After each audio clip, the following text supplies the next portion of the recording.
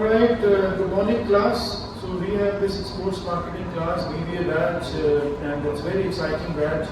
Students are highly talented, and here comes Aradhana, who is the CR of our class and a student of sports marketing.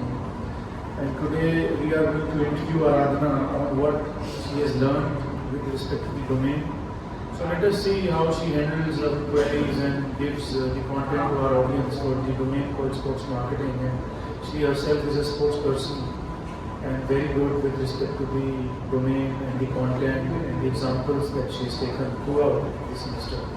So Aradhana, I would like to understand from you that what do you understand by the sports marketing domain and what are the different types of it? Could you please explain it to our audience? So that's up.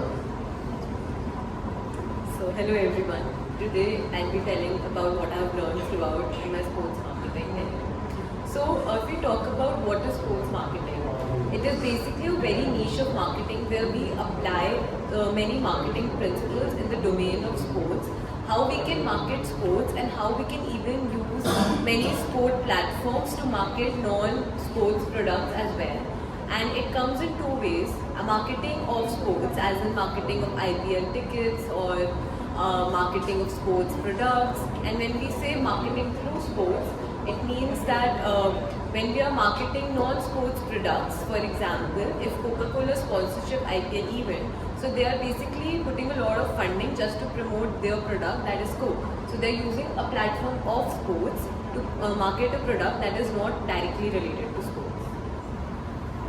Wonderful, wonderful answer, Aradhana. Now the next question is, as a marketer, it is very important for us to understand the concepts called segmentation, target market, positioning, and without this marketing cannot start.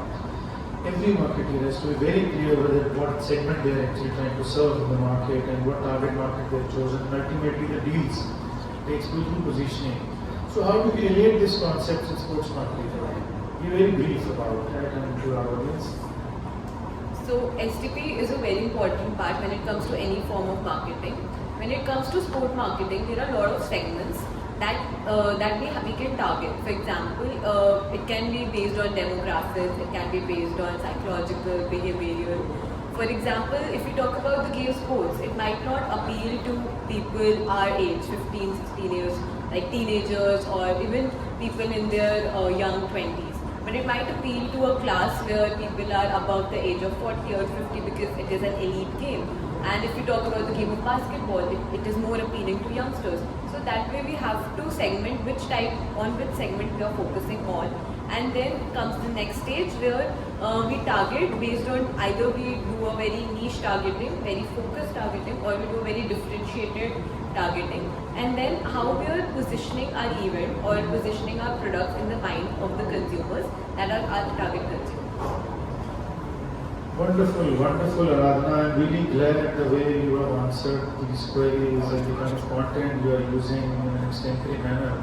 I think in order to keep the video short, we will finish it here only. So instead of asking a lot of questions, we will end up with the two queries only because the video has to be short and the long videos are not encouraged. So thank you very, very much, Aradhana, for this wonderful interview with respect to the sports marketing domain. Thank you very, very much. Thank you, sir. Bye-bye.